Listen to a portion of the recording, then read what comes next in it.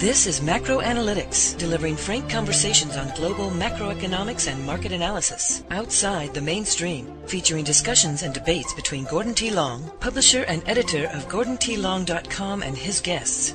The content of this discussion is strictly the opinion of the participants. It is in no way a solicitation for business, nor is it to be considered investment advice of any sort. Always consult a registered investment advisor before making any investment decision. These discussions are extremely hard-hitting and terribly frank, and parental discretion is advised. Now, on to the show.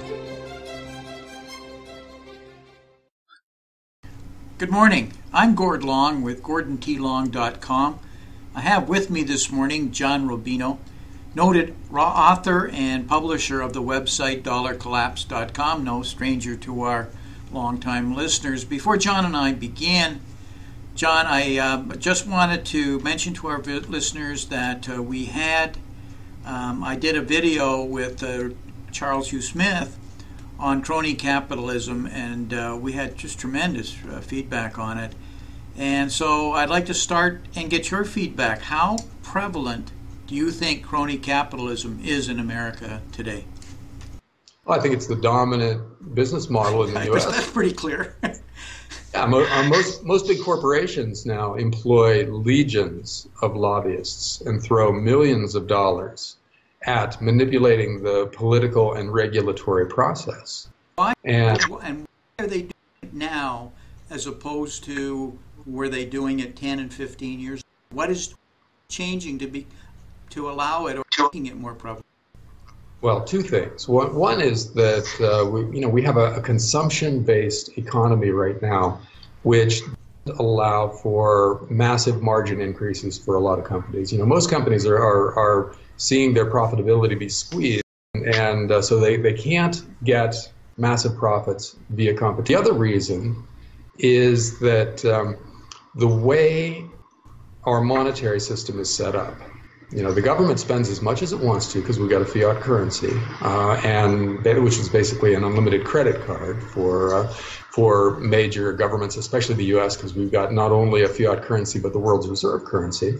The government spends as much as it wants and then creates as much new currency as it wants via the central bank to finance its growth. And that new currency goes directly to the big banks, who then get to spend it or use it for creation activities before the increasing supply of currency makes currency in general less valuable. So they get first use and they make the most money off of it. And the banking sector in particular, and major corporations in general, because they're the preferred customers of the big banks, incredibly powerful. So they're getting more and more powerful. They're able to have more and more political influence.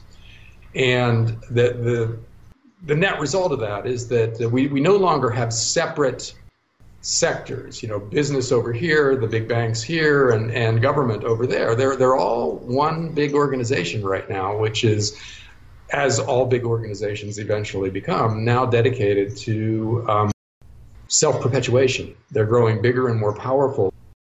Size and power is now the goal, not serving customers and not necessarily honest profits. They just want to get big and powerful, and they're doing it via the regulatory system. And so you can look at example after example of this, and I think derivatives is one of the really interesting ones, where back in the 1990s, the banks were able to convince the regulators to exempt over-the-counter derivatives from regulation. Now, there's no reason for that. Almost every other kind of derivative and most financial instruments have some kind of regulation where they have to be transparent, they have to report what they're doing, and they're subject to capital requirements and other kinds of limitations. Well, over-the-counter derivatives got themselves exempted from that. And at the time, a woman named Wendy Graham was in charge of the organization that was supposed to be regulating derivatives. Well, she pushed through deregulation of derivatives, and then not long after that, went to work for Enron, which was at the time the biggest player in the derivatives market. So that illustrates how this process works. John, Wendy's husband was Phil Graham, both a Democratic and Republican congressman from Texas before becoming a leading U.S. senator on the banking committee. and was really the main spearhead in the whole deregulation of the banking industry, which removed the Glass-Steagall Act from the Great Depressions, which had separated banking, insurances, and brokerage companies, which is just a dramatic shift, as everybody's certainly well aware, in the U.S. financial industry. He was also one of 5 that spearheaded the provision to remove the transactions that allowed credit default swaps to be government regulated. They wouldn't become government regulated, and that's what's referred to by those who followed it afterward as the Enron loophole, because it was specifically related to their collapse. Phil Gramm subsequently became an executive, I believe, co-chair of UBS, and certainly a major lobbyist for UBS. So you can see where these things often lead is not at all unusual. The time in government is now seen as an extended job interview for the real job, which comes afterwards when you become a lobbyist or when you become an executive with one of the companies that you used to regulate or write legislation that covered. So the list of former congressmen and former senators who are now lobbyists or major corporate executives is so long that we could just repeat the names now for the rest of the time that we have, and we wouldn't run out of names. And they're big names. They're famous senators, and in a lot of cases, free market senators and congressmen. You know, small government, limited taxation, et cetera, et cetera. Now they're out there going for basically the opposite, for government control government control of the economy, which they then use to favor the businesses which pay the best. You know, so we're at that point where these guys are all part of one organization, and they're just in different divisions of the organization. The Fed, the Treasury Department, Congress, the executive branch, they're all working for the same goal right now, it seems, which is an ever-expanding government, which can dole out more and more goodies to the people who are able to pay for those goodies. And from the point of view of corporations, ever-increasing levels of favoritism from the government, which give them advantages over their competition. So it isn't free market anymore. And it is tending towards something, the Mussolini quote that you had up there is starting to look more and more realistic for the U.S. economy. Another chart that, if you have this, Gord, would show the progress of this process would be the size of the banking sector relative to the size of the rest of the economy. Because banking basically is a support service in an ideal world. It helps real businesses that are producing real stuff raise capital. But what's happening in the U.S. and around the world is that banks are getting bigger and bigger relative to the rest of the economy. So that means basically the parasite is starting to suck the host dry, because when most of a society's money is made from shuffling paper, not even paper anymore, just electronic impulses, just prop trading and derivatives and things like that, then you're not actually producing anything that anybody can use. You're just making bets and engineering markets to make those bets profitable. So, you know, the real money is made in our society right now from people who place a bet on something and then move the market in that direction and then book a profit and then move on to the next trade. And they're not building anymore, or they're not making cars to any great extent profitably anymore. And you go down the list of things where we used to generate our societal wealth, and that's not so much happening. You know, we have a very vibrant technology sector, but that's almost it besides finance in the U.S. right now. And it used to be that even home building was profitable, but that's not the case anymore either. So what's happening is that the finance sector has come to dominate the economy, and so now they basically are so powerful that they own the government. So of course they're playing the regulatory system, because manipulating markets is what they do, and manipulating the regulatory system is just another way of making markets behave favorably for the prop trading desk.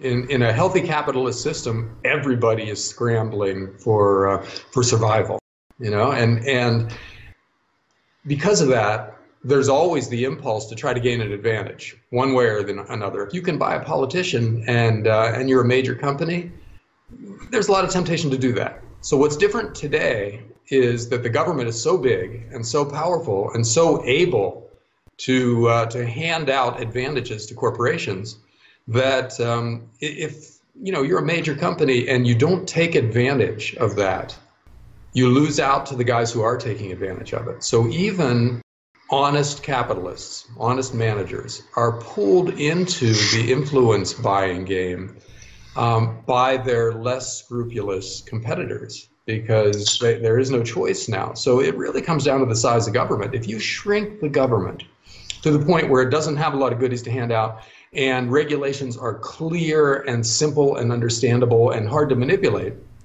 then you clean up the corporate sector as well, just because corporations, they didn't become more moral. The cookie jar was taken away from them. They just can't buy as much influence as they used to be able to. So they have to fall back on actual competition, actual innovation. And so it all begins with sound money, in my mind. You take away the ability of the government to create incredible amounts of new currency and just dump it into the market, then all of a sudden the government has to live within its means, which first of all means making hard decisions and scaling back on unnecessary activities. And second of all, it means corporations can't go to the government with their hand out and with cash in the other hand and expect to be able to buy advantages, because the government no longer has the ability to do that. It can't just create huge amounts of money and hand it to the banking system anymore. So you clean up the system by first cleaning up the monetary system. And you do that by going to some form of sound money, which governments can't create in unlimited quantities. And will that happen? Not voluntarily. The governments of the world are going to have to be pulled kicking and screaming by some kind of a major financial crisis back into the world of sound money, assuming that they're ever pulled back into it. It's going to happen involuntarily. And so that's really what we're looking at in the coming decade is crisis after crisis because of excessive monetary money creation and excessive debt, which leads to some kind of a major crisis, which leads to major changes in the political system. So whether they're the kind that you and I would like to see, still to be discovered, but big changes are coming. And we can hope that they're in the direction of honesty and sound money and mean competitive capitalism. Now, I just published a thing on Citigroup. You know what they're doing now? They have dramatically expanded their derivatives book in the last couple of years. So now they're number 2 in the world behind JP Morgan Chase in derivatives, which is kind of a nice piece of symmetry here, where Chuck Prince's quote came not long before the global financial system collapsed and made his ideas and his policies look ludicrous. And now Citigroup, maybe the dumbest big bank in the world, is back to it again. They're doing probably the most dangerous thing possible for a financial entity to do, which is ramp up the derivatives book. It's something like $62 trillion. That's their gross derivatives book right now. Which is something like 2.5 times the size of the U.S. economy. And that's just Citigroup's exposure to derivatives.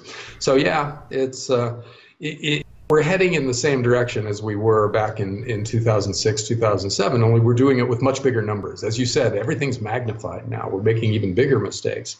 So the crisis that almost wiped out the banking system back then is coming again, only on a bigger scale, with bigger numbers and one other thing that's interesting about the possible resolution of all this and why it's so difficult to make the case for limited government and sound money is that media is another sector of the economy that has been concentrated. The big banks have gotten much, much bigger in the last couple of decades, but so have the media empires out there. In 1983, about 50 companies accounted for about 90% of our media consumption. In other words, the news and the TV shows that we watch. Well, now it's down to 6 companies. And they're still trying to take each other over. News Corp just lately tried to take over Time Warner, and which would have been, $60 or $80 billion of acquisition there. And so it shouldn't be a surprise that the messages that most people are getting differ from what you and I are talking about, because the messages are coming from the companies that are actively engaged in the kinds of corruption that we discussed earlier in our conversation. And so that's going to make it harder when the time comes to make positive changes, because what the news that most people get, the TV shows that most people watch, are going to be telling a story that you and I would consider to be blatant lies. And yet that's what most people are going to be consuming. So it's going to be an interesting process to see how this plays out, because you're going to have the big banks and major media on one side, and this little tiny segment of people who want the government to scale back and to adopt sound money on the other side. So it's going to be an unfair argument. Yet it's an argument that has to happen, and that, if we're around at the time, we have to participate in. What's coming looks like it's coming sooner rather than later.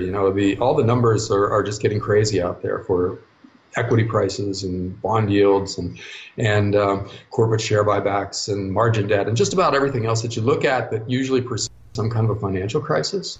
They're all flashing red. So I think the next few years are going to be pretty chaotic, and people should be actively preparing for that time. And you do that by getting your financial house as in order as possible. Pay off as much debt as you can, and shift your finances out of financial assets and into hard assets that the governments can't create in unlimited quantities when they start to panic. So it's less about the political system right now and more about our individual finances to protect our families. Thanks, Gordon. See ya. Bye. This has been Gordon T. Long, editor and publisher of GordonTLong.com. New recordings are posted regularly and can be found at GordonTLong.com. New show notifications are available through RSS feed, iTunes, and other social networking venues at GordonTLong.com.